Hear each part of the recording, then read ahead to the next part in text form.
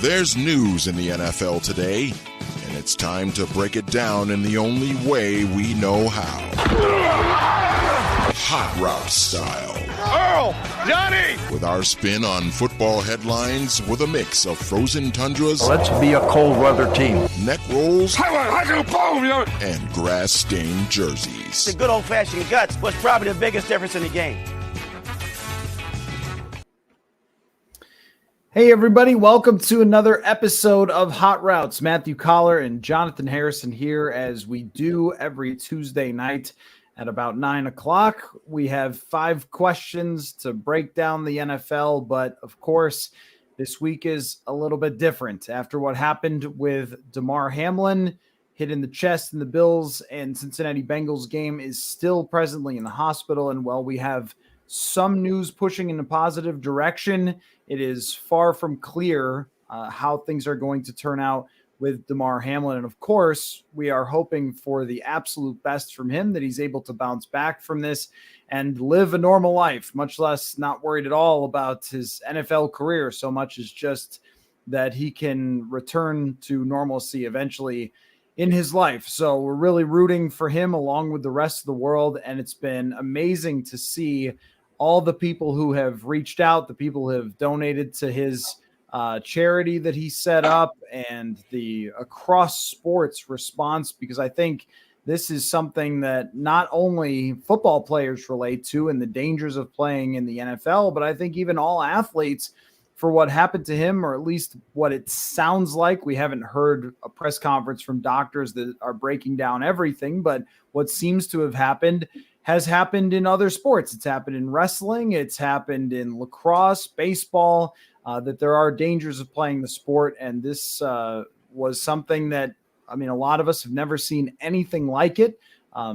Chuck Hughes in the 1970s was brought up, a Detroit Lions player who passed away during a game. But aside from that, normally someone gets hurt in a game and you assume that they'll be okay, even if it looks bad. Usually as they're getting carted off, they give some sort of signal. Usually the players look pretty shook and then they get back to business, but that was not the case. And so many of us have never seen anything like what happened to Damar Hamlin. It was very, very jarring, very shaking, I think, for everyone who was watching Monday Night Football. And so I wanted to start Hot Routes, Jonathan, by just sharing some feelings about it, man, because it was an incredibly emotional thing for everybody who saw it happen, for players across the sport.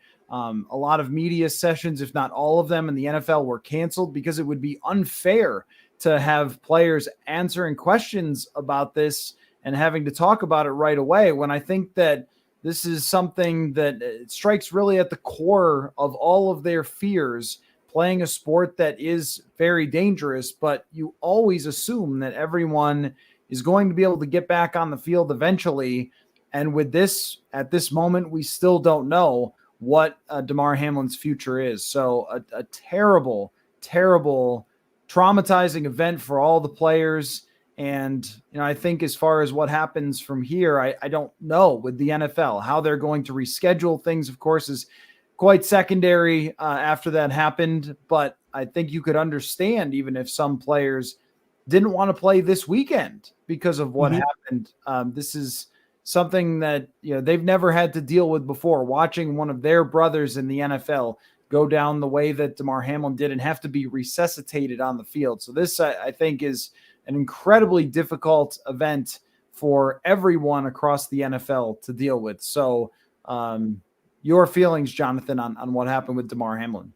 Yeah, it's one of the scariest things you can witness ever, like not just in sports, just in real life. I mean, it's the second time a sporting event that I've been watching, second time in the past 3 years, sporting event that I've been watching has had to have EMTs come on the field and resuscitate a player. If you don't remember, a couple of years ago at the 2020 Euros soccer competition in Europe between national teams, Christian Eriksen, who now plays for Manchester United, was playing for Denmark at the time, fell down on the field, just collapsed and died on the field. And EMTs thankfully were right on the spot and were able to resuscitate him. And it's the second time this has happened in such a short order. And it's scary. It's as a football fan, it's the thing that is a possibility because of how violent and how big these guys are and how strong these guys are, but you never think it's going to actually happen. And then it happened yesterday, and it snaps you back to reality. You have to, it just changes everything at this point. And there's no going back to these guys are just freakishly big and they'll pop up from everything. Will always be at the forefront of everybody's mind now for the next several years. And it's always been the biggest fear for any normal fan, normal player, that this could happen. And it happened last night. And it scares the crap out of you that this could happen on a football field, that it could happen to anybody on any field, in normal life. It's a scary situation. And, there's a lot of credit to go all around for how the situation was handled. The EMTs, the medical personnel, the coaching staffs, the players, a lot of the people there last night deserve a lot of credit for how things were handled on the scene. And I think the biggest one obviously goes to the medical personnel, noticing something was wrong immediately and getting out there as quick as they could and handling it in an extremely tough environment with so many people watching. You have a national audience just kind of focused on what's going on, and you have to perform your job because a guy's life is on the line, and they did it remarkably well, according to all reports. And it's one of the toughest things that you can deal with in normal life. And it's scary that it happened on national television. Right. And it sort of pulls back the curtain on what's behind. We all know that there's the possibility that this could happen. And it has with high school players from time to time, that we have a tragedy like this, and we have not seen it at the NFL level. And as you said, I mean, where the NFL deserves credit here, and they've gotten some criticism for who said they were going to play in 5 minutes. And there's a lot of evidence that someone did say that they were going to play in 5 minutes, and that looks like what was going to happen. Ultimately, they made the right decision, and they deserve credit for that in an unprecedented situation, for the coaches getting together, the players, the leadership, and saying, no, we cannot continue to play after what everyone has just seen. But they do deserve a lot of credit for the preparation for this type of thing that, you could almost compare it to like flying, where if it's going to exist, it has to have all of these things that are boxes that are checked. And the same thing goes for the NFL. If it's going to exist, it has to have EMTs. It has to have an ambulance. We have to be ready for something like this that could happen. And they were ready. And those professionals that were able to do that, I mean, all people who work in that field, the trauma field, I mean, all of the sudden at any time, if you work in a trauma ER, the types of things that you are seeing coming in, and you're asked to save people's lives. I mean, it's unimaginable, the work that those people do. And so to be able to save his life and get him in that ambulance, get him to the trauma center as fast as they did, I don't think we're even talking about this unless they did, right? So, I mean, this whole thing, it kind of says that the NFL did the right thing in its preparedness. It did the right thing in suspending the game. But it's going to be very hard for everyone to shake what they saw there and go out and play this week. And, I guess, there hasn't really been any sort of discussion about, what's going to happen with this week's games, how they're going to deal with an AFC playoff race that's now greatly impacted. And I guess if you're the NFL and the players say that they are not up to it this week, I don't know what you do. I mean, you might have to move back games similarly to what they did after 9/11, where the players just thought it was disrespectful to go play. And in this case, with Damar Hamlin and the fact that it's unclear what his future is at this moment, it's going to be a difficult decision. And if they do play, for every player that goes out there, how do you focus? How do you not think about what just happened? And I know that moving it back an extra week doesn't make this disappear, but it may give an extra week to sort of see the direction that he's going in his recovery, because right now still critical condition for Damar Hamlin, and it may give everyone an extra week just to process things. So as far as a logistical nightmare, yeah, it would be unbelievably difficult for them to figure it out. But I think that there does need to be a conversation throughout this week. And it's just unfortunate because the way that the NFL world is, it's just on to the next thing, on to the next thing, on to the next thing. So I suspect by the time a lot of people are listening to this, they've sort of gotten ready for the next game. And I understand that. But I think that one thing with something like this that we've seen rise to the top that you have to have a lot of appreciation for is just compassion. That we've saw it from the broadcasters talking about it. Lisa Salters on the sideline, true professional, Ryan Clark, Scott Van Pelt, and people who are reacting to this and trying to provide as much information as they could for the viewers, but also just asking generally for compassion for Damar Hamlin and also for, you know, all the players who are struck in a different way by this. I don't think that even someone who covers the league like myself or fans, I don't think we can ever put ourselves in the shoes of people who go out and play this game and they understand the risks that they take, but they've never seen anything like that. They understand there's a risk you could break a leg or you could get a concussion even. At this point, I think all players understand that that is a possibility and it's something that they sign up for. But something like what happened to Demar Hamlin, I think is just gotta shake them to their core. And from the responses we've seen, that's definitely the case. So I don't know what the NFL is going to do. I imagine they're going to carry on and they're going to have a pregame 30 seconds. Everyone pray for Damar Hamlin. And is that the right thing to do? I don't know, because when it goes for all like tragedies or events like this that happen that are unprecedented, it's hard to know what the right thing to do is. Should you play? Should you not play? Should they have kept playing? Should they have not keep playing? I mean, it seemed very clear after a few minutes that they should not keep playing, and they did the right thing suspending the game. But all of these things are very difficult. Sometimes on social media, people make it seem like it's very easy in real time to kind of just snap your fingers and have all the right answers.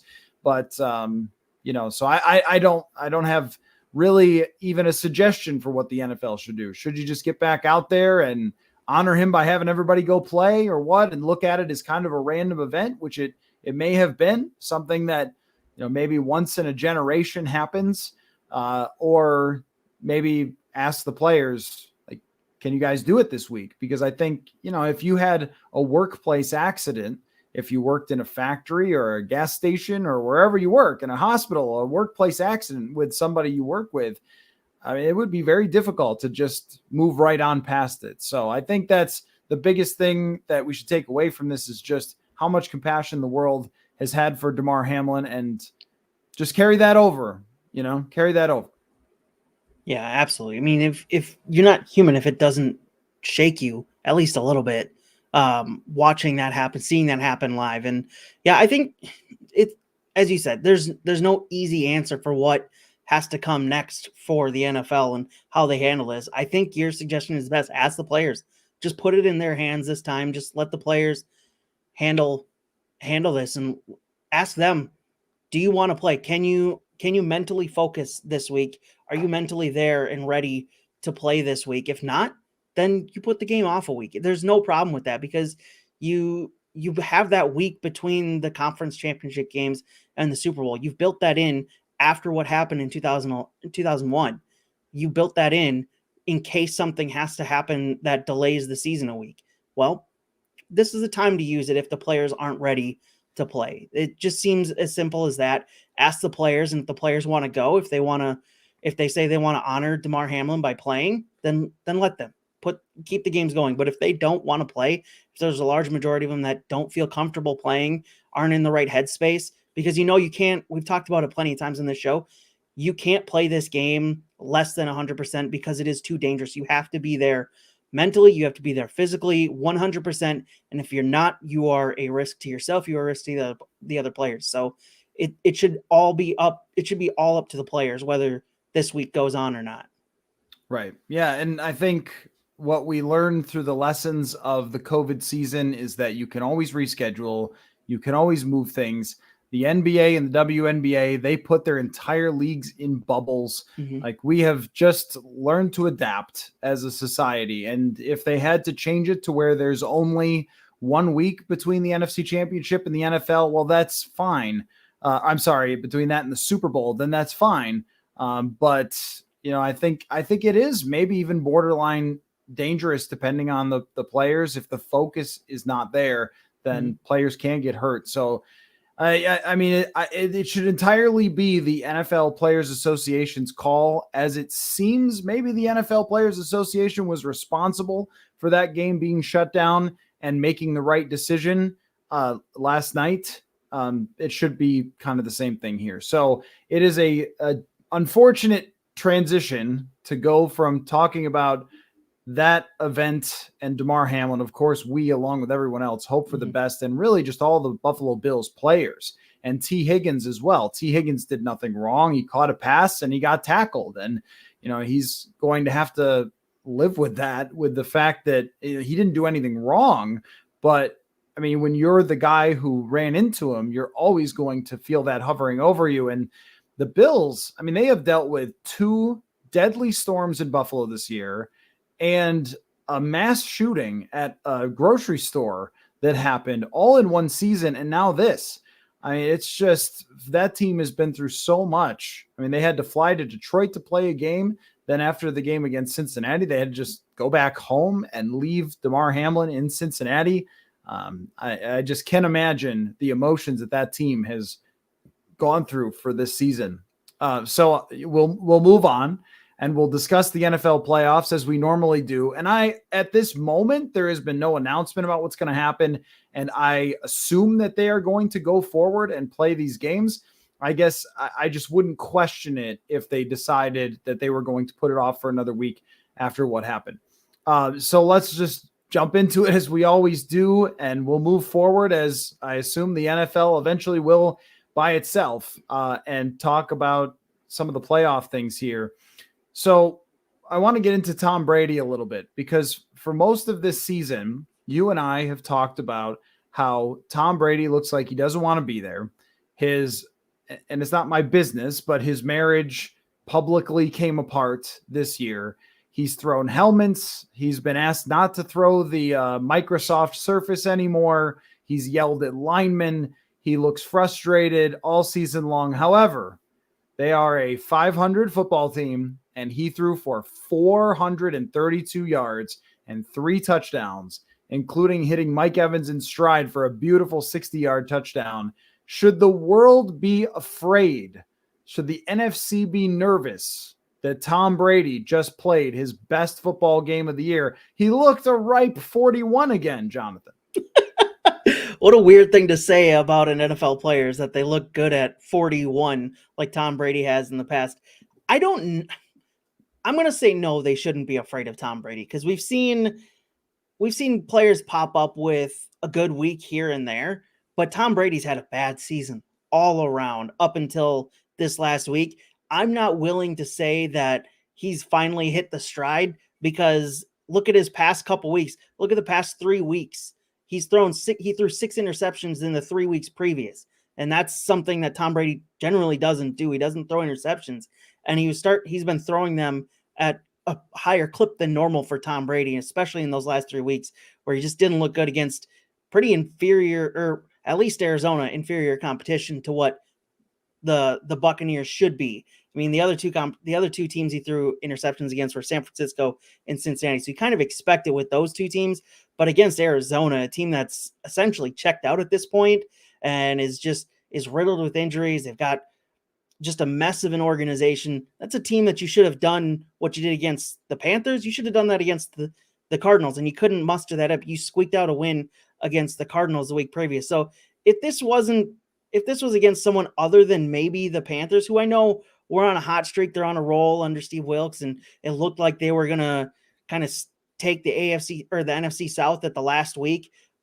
I don't know. I'm going to say no until proven otherwise. If he does this in the playoffs against probably the Dallas Cowboys in week 1 or in the wild card round of the playoffs, then yes, absolutely be afraid, because Tom Brady and Mike Evans and that offense and that defense have hit their stride in the playoffs. And that's something you never want to have happen, is the greatest quarterback of all time hit his stride in the playoffs. But I don't know. I think it's just a fluke week that he got good against a team that it seemed like all the conditions were there for this to just be a massive offensive performance for both teams, because both teams knew they had to have the win. And I think it just kind of all played out that way. I don't think that anybody should be afraid of Tom Brady quite yet. Like I said, if it happens against Dallas, then yes, be afraid. Be very, very afraid. I think you should be afraid. I mean, I really do. It's not a great team, but they do have weapons, and they do have a defense that's capable of making some plays. And I mean, when it comes to, when it comes to Tom Brady, like, the thing is that this year he's really had, surprising number of down games, surprising number of games where his yards per pass attempt are 5, and he's throwing dinks and dunks, and then he's turning the ball over, as you mentioned, in ways that he never has before.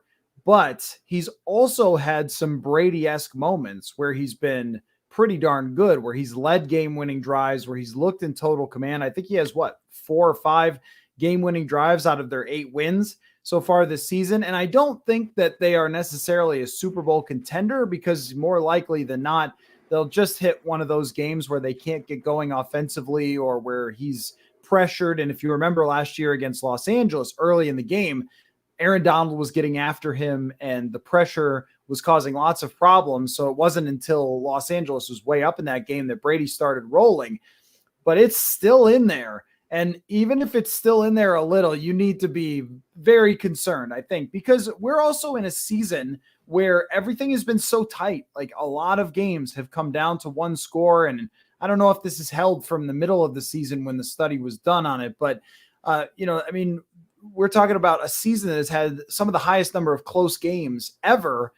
And that, to me, is not a place where you want to play Tom Brady if he's going into the playoffs hot, and if, he can be rested now going into the playoffs as well. I mean, this is a guy who definitely has, a pretty old body that he's going to try to heal up here. But the way he was so confidently throwing the football the other day, if he gets time to throw, and I know that a team like Dallas does not allow you a whole lot of time to throw the football, but they also have some injuries in their secondary. And Mike Evans is one of the most underappreciated elite wide receivers year in and year out, 1,000 yard after 1,000 yard at any given time. And this is what happened against Los Angeles last year. At any given time, he can go for a 60 or a 70-yard touchdown down the sideline. And the fact that Brady can still deliver the ball, I mean, there's no time where you're not going to be afraid of that guy. It's kind of reminds me of like late career Pedro Martinez. If you remember, like, he was pitching for the Philadelphia Phillies, I think, late in his career. And you're still kind of nervous about facing someone who's just so prolific, even if the fastball wasn't there. And wouldn't it be the most Dallas Cowboys thing ever? Right? I mean, it would be just the most Dallas Cowboys thing and Mike McCarthy thing to have a great season and this great offense and defense that gets after the passer. And then here comes Tom Brady and just ruins your weekend. I don't know. If it was anybody else, there's an intimidation factor for this. And I'm going to give you an example. I love chess, and I bring up chess sometimes on the show. There are great chess players who play less accurately when they play Magnus Carlsen. Magnus Carlsen is arguably the greatest player of all time. He's absolutely the greatest player of this generation. And there's an intimidation factor for sitting across the board from Magnus Carlsen. There has been that with Tom Brady for many years. And when you look at that box score and you look at that performance, you go, oh no, right. Not this guy. So I don't think that they have the horses, the offensive line, the running game, which is just basically non-existent for them, or even a defense that's as good as it was when they won the Super Bowl with Brady. Gronk is not walking back through that door, apparently. And really, that was an underappreciated part of that Super Bowl, was just how many weapons he had. Antonio Brown was sane just long enough for him to be great, and of course Gronk as well. But I would never pick against Brady until he's totally retired, has the gold jacket on, is broadcasting for Peacock or something. Like, I think that they should still be a little bit concerned about it. Let's put it this way. You brought up Dallas and the fear factor that they'll have, and Mike McCarthy, as we both have talked about. I'm not a big fan of Mike McCarthy. If that happens, when that matchup is solidified in stone that those two teams are going to play each other, and I think it might already be, but the talk that week is going to be on how the Cowboys can handle going on the road despite being the better team, how they can go against Tom Brady, and that fear factor will be placed. And you can bet that Jerry Jones will be asked, hey, what's Mike McCarthy's status if they don't win here? Because we talked weeks and weeks ago at this point that Sean Payton has kind of just been sitting there and lurking. We know that him and Jerry Jones have a relationship. Jerry Jones has wanted him as the head coach of the Cowboys for a very long time.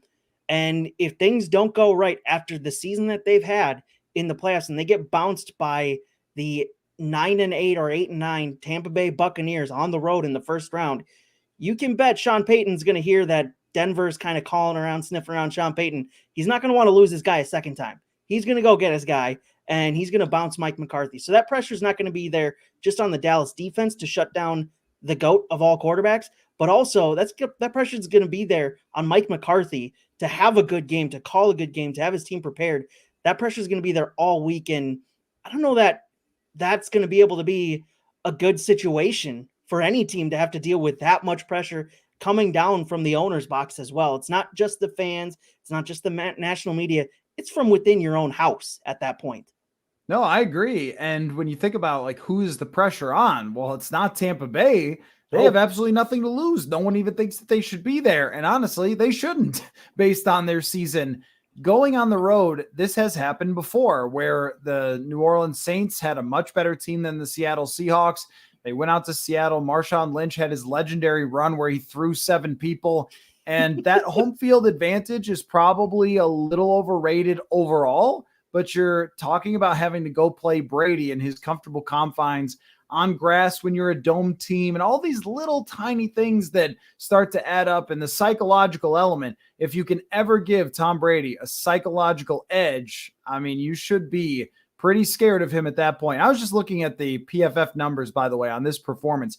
There's a 92 grade for that game. 3 big time throws, 0 turnover worthy plays, 76% completion percentage, 10 yards per pass attempt. I mean, this may have been one of Brady's best games in years. So that's it. That's a thing for me where it's not just like, oh, he was okay, he was pretty good or whatever. That was a higher graded game than any game he's played since week 1 of last season against the Dallas Cowboys. Ooh, so there we go. Yep. So that matchup, I think, was just added way more juice to it by the way that Tom Brady just played. Next question for you here, Jonathan. Mike Tomlin has the Pittsburgh Steelers 8-8, despite starting with Mitch Trubisky, going to Kenny Pickett, having Kenny Pickett get hurt. So Mitch Trubisky comes back. Then Kenny Pickett comes back again. This is a team with mediocre weapons, a poor offensive line. I'm not very sure that they have a good scheme. They traded away Chase Claypool midseason. Their defense is still pretty good, but it's definitely not the 85 Bears.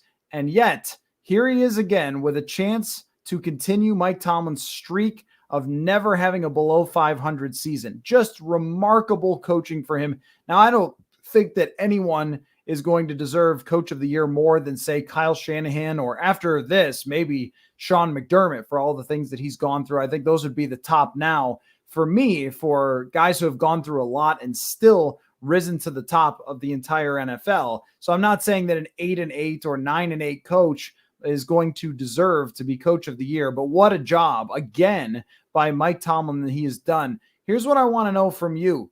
I want a historical comparison. And I also want you to tell me where you think he ranks among all current NFL coaches. So who is like Mike Tomlin historically, and where do you think he ranks presently? I'll have to think about the historically one. It's hard to place on what he's had to deal with there in the past couple of years, specifically with Ben Roethlisberger just kind of losing touch as a quarterback and still just pulling out winning season after winning season. And now just no quarterback at all, essentially, this season, and still pulling out a winning record almost. And it's not like he's in an easy conference either, or division either, and conference as well. He's got the toughest conference of the two. He's got one of the tougher divisions in all of football, with the Bengals and Ravens playing as well as they play, and still is able to pull out that. He's got to be probably Bill Belichick's number one. That's easy. Whether you want to ding him for is he still? I think because of how the longevity, Bill Belichick deserves to be number one. I think that's going to be a hard perch to take off him until he retires.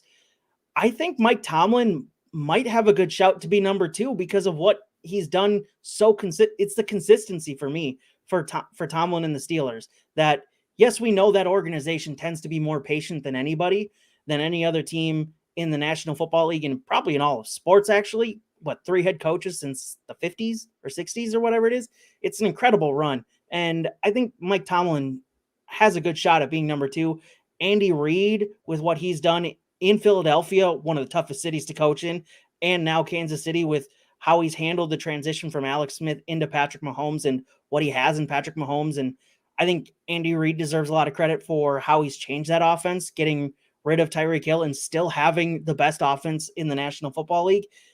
I think it's between those two guys for number two in the National Football League, with maybe John Harbaugh and Kyle Shanahan behind those guys because of how they are able to manage their teams. I think Tomlin's up there as number two for me.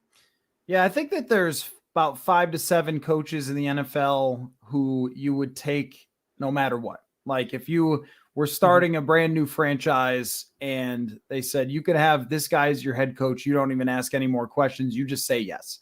And Mike Tomlin is at the top of that list. There are criticisms for every coach, and I guarantee you that Pittsburghers would say, yeah, you know what? He hasn't done this, or their offensive scheme that, or whatever else. But, their quarterback play in recent years, they were a 500 team with Duck Hodges and Mason Rudolph. They found ways to get every last ounce out of Ben Roethlisberger. And when you don't have great quarterback play, and I do think Kenny Pickett is really coming along from what I saw against the Ravens. But, overall, this is a rookie who's having a pretty rocky season. And then Trubisky is clearly just a career backup.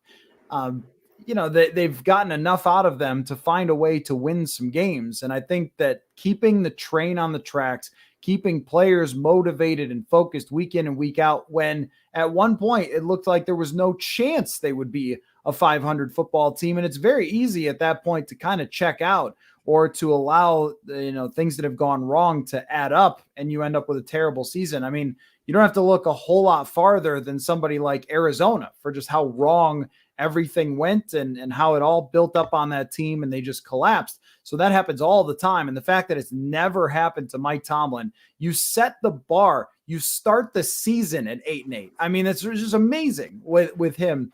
So I don't know that he's the best coach in the entire NFL, the most innovative or whatever. But if you needed somebody to be your leader in any walk of life, you would pick Mike Tomlin to be one of those guys. So I guess I would say he's probably in the top 5 to 7. And I would put McDermott, I would put Shanahan, some of the younger coaches that I think have started to really prove themselves as greats. And then you kind of have the old goats like an Andy Reid, who, again, you sort of start with 10 wins and you start with an elite offense, because even before Patrick Mahomes, they were winning 10 to 12 games with Alex Smith. And when he was with Donovan McNabb, they're going to the NFC Championship game. Like, imagine if the criticism against the coach was he only gets to the NFC Championship game all the time. I mean, that's a heck of a criticism. It's this, that's to take. It's sort of like with Pittsburgh, where it's like, are they innovative offensively enough? If that's your criticism for a coach that does nothing but put you right in the mix to be in the playoffs every year, you would take that criticism all day. For me, historically, 2 guys came to mind, because I think that Tomlin, he has an old school element to him. And there's different kinds of coaches. There's like the offensive innovator like Kyle Shanahan, and then there's the motivational leader like Mike Tomlin.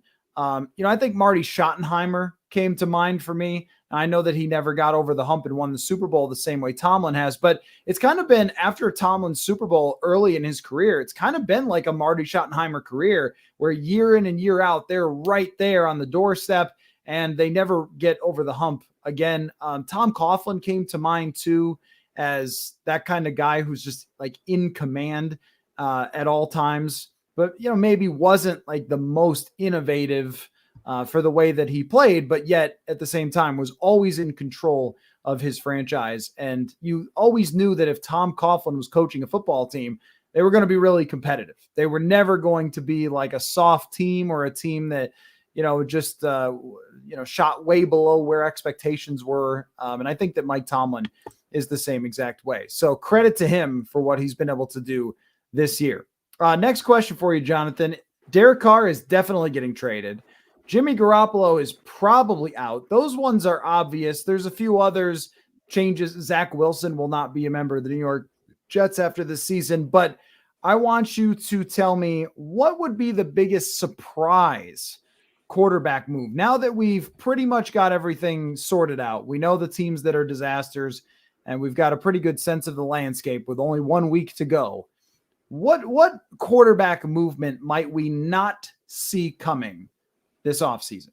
I think for me, and I had a different opinion of this maybe last week or a couple weeks ago, I think Jared Goff leaving Detroit or Detroit moving on from Jared Goff would be surprising to me because of how they've played under him, especially over the past, 9 weeks, and how he's run that offense, how he's essentially just led that team back to winning. And they're within a game of getting to the playoffs for the first time in a couple of years. And it seems like the roar has been restored at least a little bit. And as you mentioned, as you've said, he's not going to provide you a groundbreaking offense, but he has operated a couple top 10 offenses in the past. And this looks like another one under his belt. And he got the Rams to the Super Bowl. So this is a guy you can trust to do things. And yes, the Lions are going to have a great draft pick because of the Rams just absolutely tanking this season. So if they move on from him and draft a rookie quarterback, one of these stud quarterbacks, and go with them in the first year instead of letting Jared Goff kind of run the ship for another year and then transition to the new guy, I think that would surprise me because of how it seems like there's a lot of goodwill there for Jared Goff, considering how he's run that offense and how the ship has sailed under him this season, especially the last 9 weeks. That one would surprise me the most out of any of the quarterbacks maybe on the move this season. Yeah, I think with Jared Goff, the second half of this year, he has really proven that if you can lay out a good offensive situation, he could take you to the top. I mean, this was the thing about somebody like Baker Mayfield, because you can chunk a lot of these quarterbacks into styles of play, right? Like you have quarterbacks who are dynamic, running ability. You have just the super freaks who are the best of the absolute best. You're Burrow, you're Allen, you're Mahomes. Like they're just in a different category in the universe. And Jared Goff falls under a similar sort of realm as someone like Kirk Cousins or what Baker Mayfield was in Cleveland. But the difference between him and even those guys is that he's been able to take these offenses all the way to the top of the NFL in scoring. Number 1 and number 2 in Los Angeles in back-to-back years.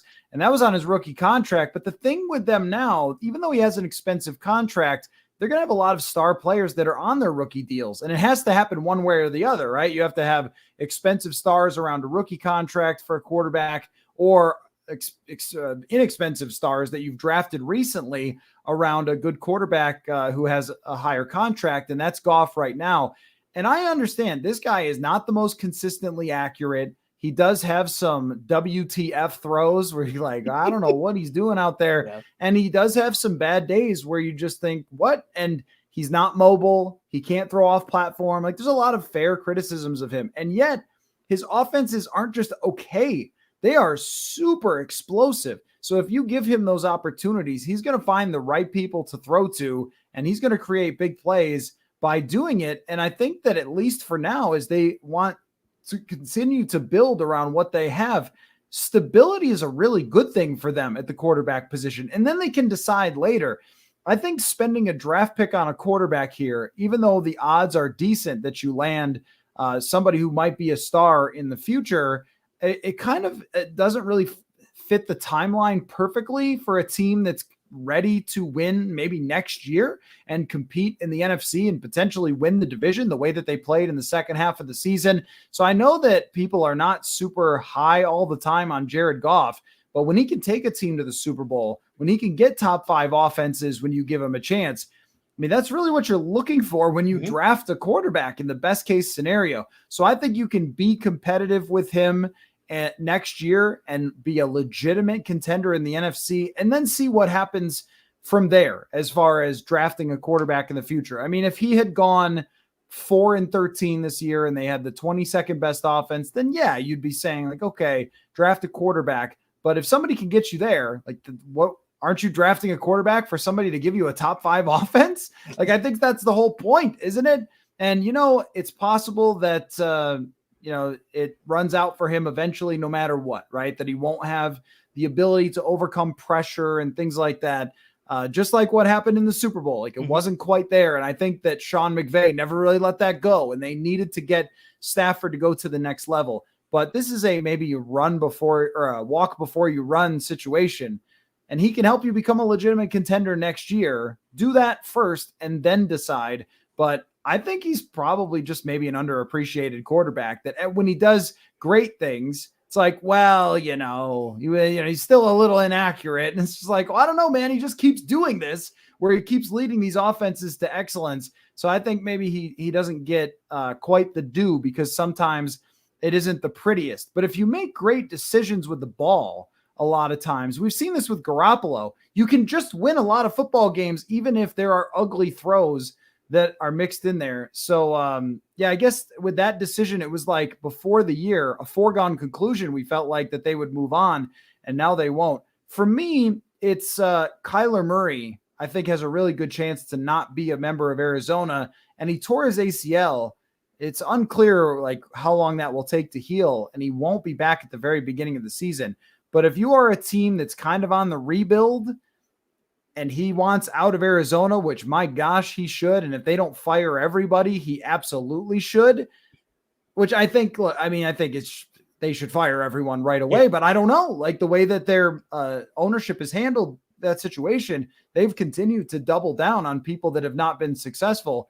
So I think that maybe that would be a little shocking for a team to have a quarterback ascend to the level of being high quality that you could potentially win with, and then just sending him out. But I think that Kyler Murray could end up getting maybe, the blame for what happened this last season, as opposed to the two guys in Cliff Kingsbury and Steve Keim who have sort of snowed their ownership. Yeah, I think that would be a shocking one because of the cap hit or the dead cap hit that Arizona would incur if they did that.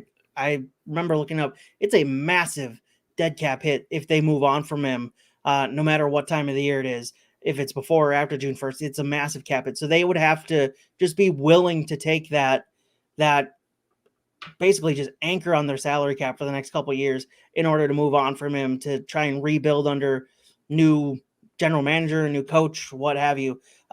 What about Lamar Jackson? I know that one we brought up before, and it's probably very unlikely that it's going to happen, but we're talking surprises here. He just got injured. Could the Ravens say, we're not going to give you Patrick Mahomes money because you have a history of injuries. We'll give you Dak Prescott money, but we're not giving you Patrick Mahomes money. And he deserves and wants Patrick Mahomes money, and they're not going to give it to him. What if he just decides, no, I'm going to go somewhere else. I'm going to put myself up on the free agent market, and bidders, come on, let's go. Yeah, I mean, wow, that would be really crazy if Lamar Jackson did not end up staying with the Baltimore Ravens. That one just doesn't seem possible. I mean, when someone is so vital to what they are as a team, and I think you've seen it when they've had to play backups. I think, Tyler Huntley's trying his best, but he's not Lamar Jackson, and almost no one is. But this is 2 years in a row where your season has been derailed by Lamar Jackson injuries. And this was always the concern. And it's been looked at in the past. And, studies have found that the running quarterbacks don't get hurt much more than the pocket quarterbacks. And look, this year, all quarterbacks, it seems, were injured across the league. So Matthew Stafford was injured multiple times. He's not a running quarterback. He's a pocket quarterback. But when it's a guy that can only take so many hits, and if he loses a little bit of what he has as far as his running ability, then he's not as valuable as he is when he can run for 1,000 yards and do these crazy things.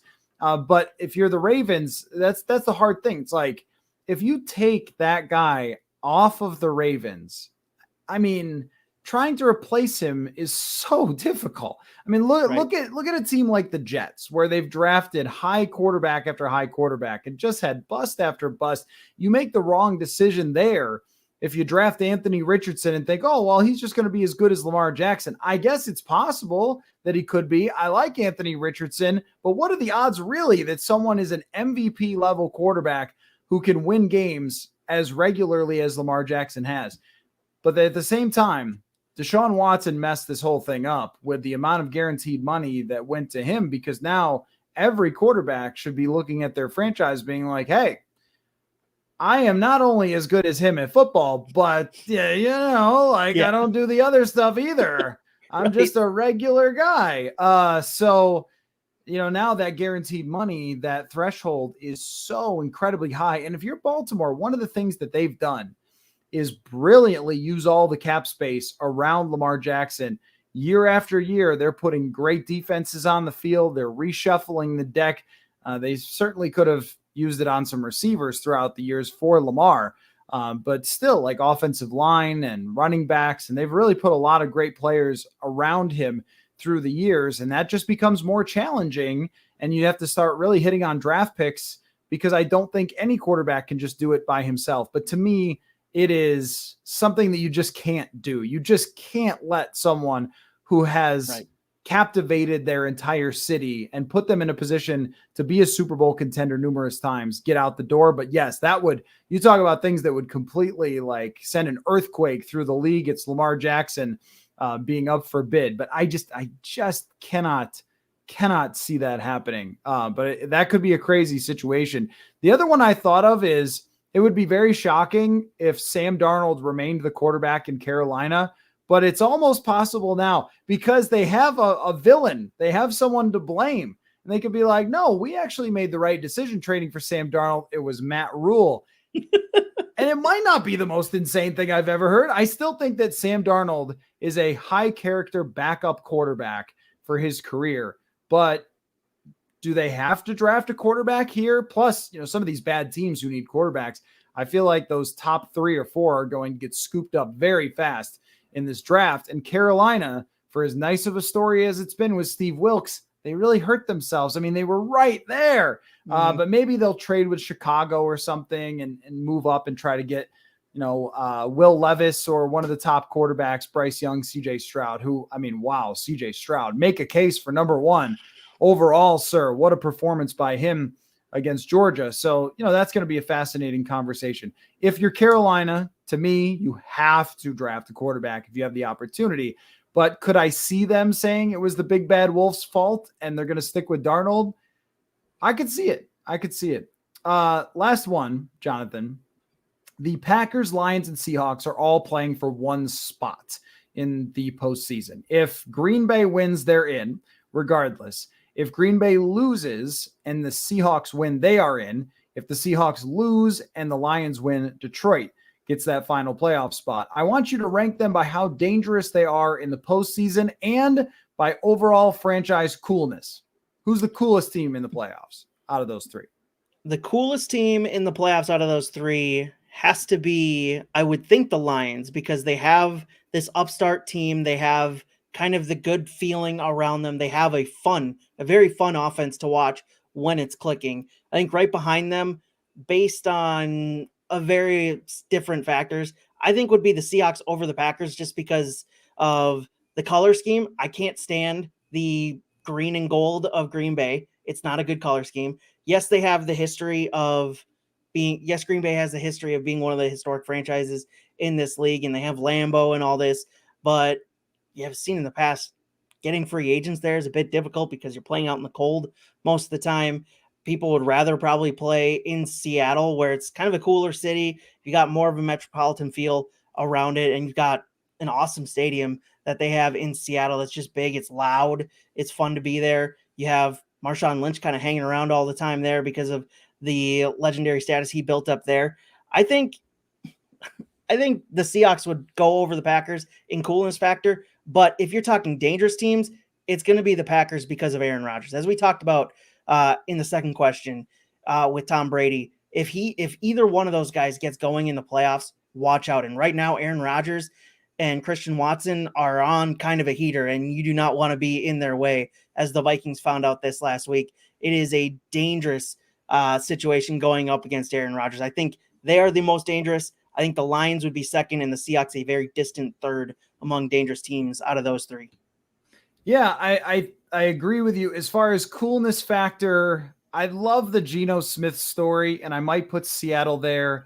Also, I mean, Russell Wilson did so much for them, but Pete Carroll sort of having his moment of like, hey, all you people who told me I was coaching wrong for all those years, no, I wasn't. That's sort of been funny to see him have his moment in that way of being questioned a lot over the last few years about whether they should throw more and let Russ cook and all that stuff. And then to have a great passing game with Geno Smith all of a sudden has been something. And I think what we see is circumstance and wide receivers make a huge difference. And that's, Seattle and Detroit, the thing that makes them less dangerous is their defenses. Green Bay's defense is far from perfect, but I think the other two teams' defenses are horrible. And I don't know how far you can really go with a horrible defense. I mean, Detroit at some point just gives up 40 points if they were trying to go through the playoffs and lose, right?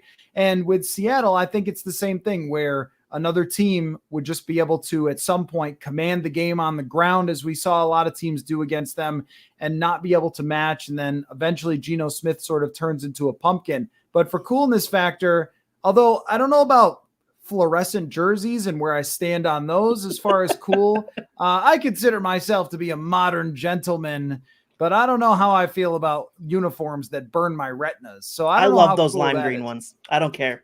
I would love to see the city of Detroit. Now they don't have the home playoff game, obviously. They'd have to go on the road wherever. But the city of Detroit deserves this. It's actually been a rough few years with them. The Tigers are awful. The Detroit Red Wings are terrible. The Pistons might be the worst team in the league. I mean, they've had it a little bit rough in their sports in recent years, but especially with that Lions team. The fact that they still have any fans left is astonishing.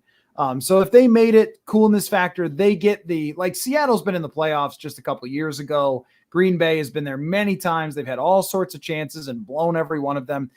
Dangerous is a different discussion, and it's a hard one because when you look at it statistically on offense, which is the most predictive factor, you would say number one most dangerous is Detroit, and number two is Seattle, and then number three, kind of off in the distance, is the Packers, who don't have as good of an offense.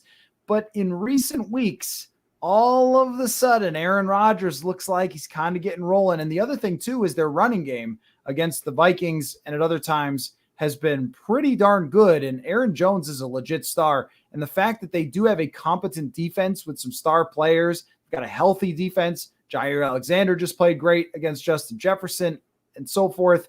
That's a hard discussion. But at the same time, would you want to guard DK Metcalf and Tyler Lockett in a playoff game? I think all these teams are kind of dangerous for whoever gets in and has to play, the number 2 seed. So, that'll be interesting. But I think if I had to pick, I think I would go Detroit being dangerous because that offense is so good.